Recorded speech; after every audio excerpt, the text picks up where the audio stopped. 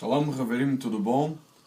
Só para terminar o último o último texto dos princípios da fé bíblica, baseados no primeiro princípio da fé judaica, do Rambam, a gente tem o Passuk que está lá em 1 Samuel, Shmuel Aleph, no segundo capítulo, no verso 6. Começa no verso 6 e vai até o verso 7 na maioria dos textos. Vamos lá. E diz assim: Adonai mata e preserva a vida. Ele faz descer a sepultura e dela resgata. Adonai é quem dá pobreza e riqueza, que humilha e exalta. Existem aqui níveis, né, de controle, já que a gente está falando que o sagrado ele detém todo o controle do universo e do mundo, da existência. E a gente já tratou essa questão sobre livre-arbítrio ou não livre-arbítrio, poder de escolha ou não poder de escolha. A gente já tratou em vídeos anteriores. Mas aqui a gente vai tratar de um outro aspecto em relação a isso. Então, primeiro está falando sobre a vida e morte. São coisas que a gente não tem poder de escolha ou controle, né? A vida e a morte são fatos na nossa vida onde a gente não tem como decidir. Então esse é o primeiro nível. Níveis de imutabilidade. Vida, primeira morte, em primeiro lugar, porque é a coisa mais séria. Por que a morte vem antes da vida nesse versículo aqui? É porque, na verdade, Shlomo HaMelech, o rei Salomão, ele falava o seguinte, que é melhor o dia de um falecimento do que um dia de aniversário, vamos dizer assim. Porque no dia de falecimento, diz o Zohar HaKadosh, que a gente sabe exatamente qual é o ponto final da vida da pessoa. A gente sabe qual é o decreto final sobre a vida da pessoa. O nascimento não, a pessoa pode escolher fazer coisas ruins, lo aleno, mas também pode escolher fazer coisas boas. Mas o nascimento é uma incógnita. Então o aniversário ele tem pouco valor na cultura bíblica. Já o falecimento já é um dia em que se deu o decreto final e que já decidiu por tudo aquilo que se deve pensar sobre a vida. Por isso que o rei Salomão dizia isso. Então primeiro aqui esse passo que ele traz a morte como o primeiro estágio de um conhecimento do sagrado, né?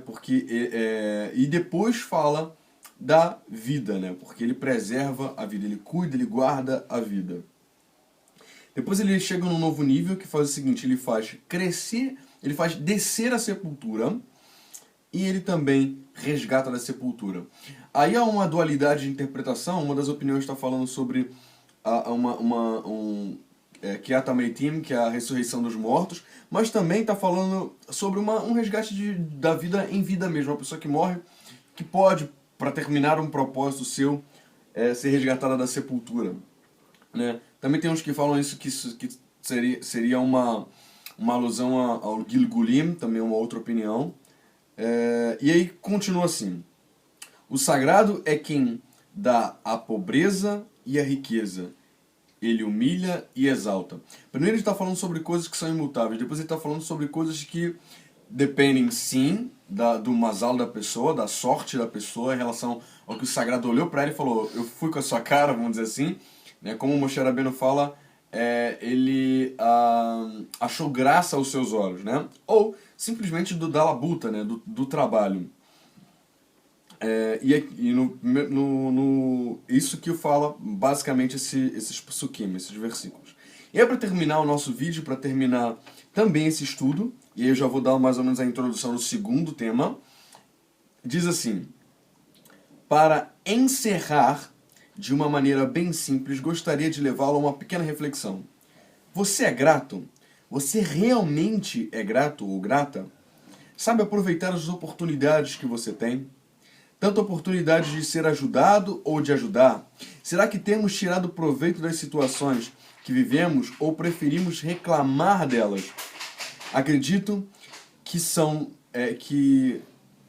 nos dadas oportunidades para sair de momentos de desespero e de angústia. Ajudar a outros e sermos ajudados. Porém, o ego e a amargura ou o orgulho não nos permite ver que o sagrado colocou pessoas ao nosso redor para ajudar ou serem ajudadas por nós. Sendo assim, nós temos que ver que tudo o que acontece ao seu redor como uma oportunidade que o sagrado lhe dá para ser um ser humano melhor. Tanto coisas boas como coisas, lo aleno, não tão agradáveis aos nossos olhos. Então, nós temos que aprender dessas coisas e evoluir, né?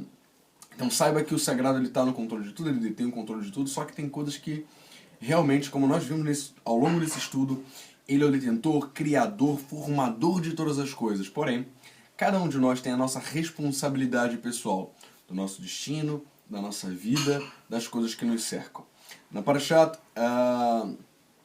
que a gente leu de Berukotai, nós percebemos nuances dessas transformações que o sagrado nos dá, que nos envolvem e nos fazem realmente crescer. Então, só para introduzir já, a gente terminou essa série. Se eu não me engano, foram 6 ou 7 vídeos dos 7 capítulos desse primeiro. Na verdade, são 7 Shearim, né? São 7 portais de um mesmo capítulo, que é o primeiro princípio da fé. E aí no próximo, aí eu já estou introduzindo já para trazer um novo estudo já na próxima, e é o segundo princípio, que é assim: Ani me'amin be'emunah shlema shahurat. Aí eu acredito com plena fidelidade que o Criador, abençoado seja o seu nome, é único, é um, e não há nenhuma unicidade como a dele. E somente ele é nosso Elohim. Era, é e será. Esse é o segundo princípio de Rambam que a gente vai trabalhar nos outros She'arim. E só para dizer para vocês que a gente vai usar um pouquinho de conceitos de alguns livros judaicos, de filosofia, porque também é uma área muito complexa. Então, a gente vai usar também princípios bíblicos da fé, como a gente já tem feito nos vídeos anteriores. A gente vai usar psukim das escrituras do Tanar para explicar esses conceitos da unicidade de Akadosh Baruch Hu, porque realmente é um conceito bem complexo. Se a gente for entrar pelo viés do Rambam, o Rambam ele vai dizer tudo aquilo... Para explicar quem é o sagrado, ele diz o que ele não é. Hashem não é 2, Hashem não é limitado. Então ele não vai usar o sim, porque o sim afirmaria quem é o sagrado e limitaria ele. Daria uma explicação limitada e tiraria todas as possibilidades de quem é o sagrado. Então o Rambam ele não faz isso. Ele diz o que ele não é, para você saber o contrário, o que ele é. Já o Ramchal, o Rabino Luzzatto, ele traz uma explicação um pouquinho diferente. Ele diz que o sagrado ele é uma unidade simples, que não pode ser pluralizada. Então, embora ele diga afirme que ele é ilimitado também, ele diz que ele é uma unidade tão simples, mas tão simples que seria impossível da gente destrinchá-la, porque ele é uma unidade que engloba em si todas as coisas. Então a gente vai entender um pouquinho também sobre a questão que a gente já falou, que não existe Elohim. Se eu não me engano, acho que foi no vídeo 4 ou 5, que a gente fala sobre os anjos, né? Quem são os anjos, se os anjos existem, se eles são uma projeção. A gente vai também tentar trabalhar um pouquinho nesses aspectos que são bem complexos no Tanar, mas que são interessantes para estudarmos e termos mais conhecimento.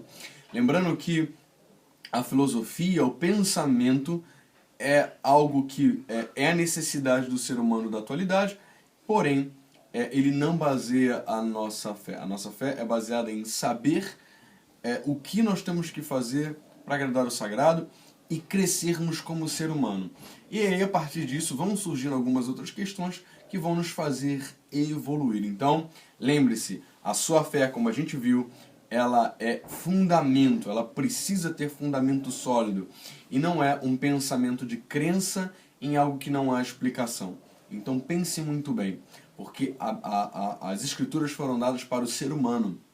Assim como está escrito, a Torá não está no céu para dizer quem é que vai buscar por nós, não está distante além do mar para quem vai buscar para nós. Mas ela está muito perto na sua boca e no seu coração. Então as escrituras elas foram feitas para o ser humano.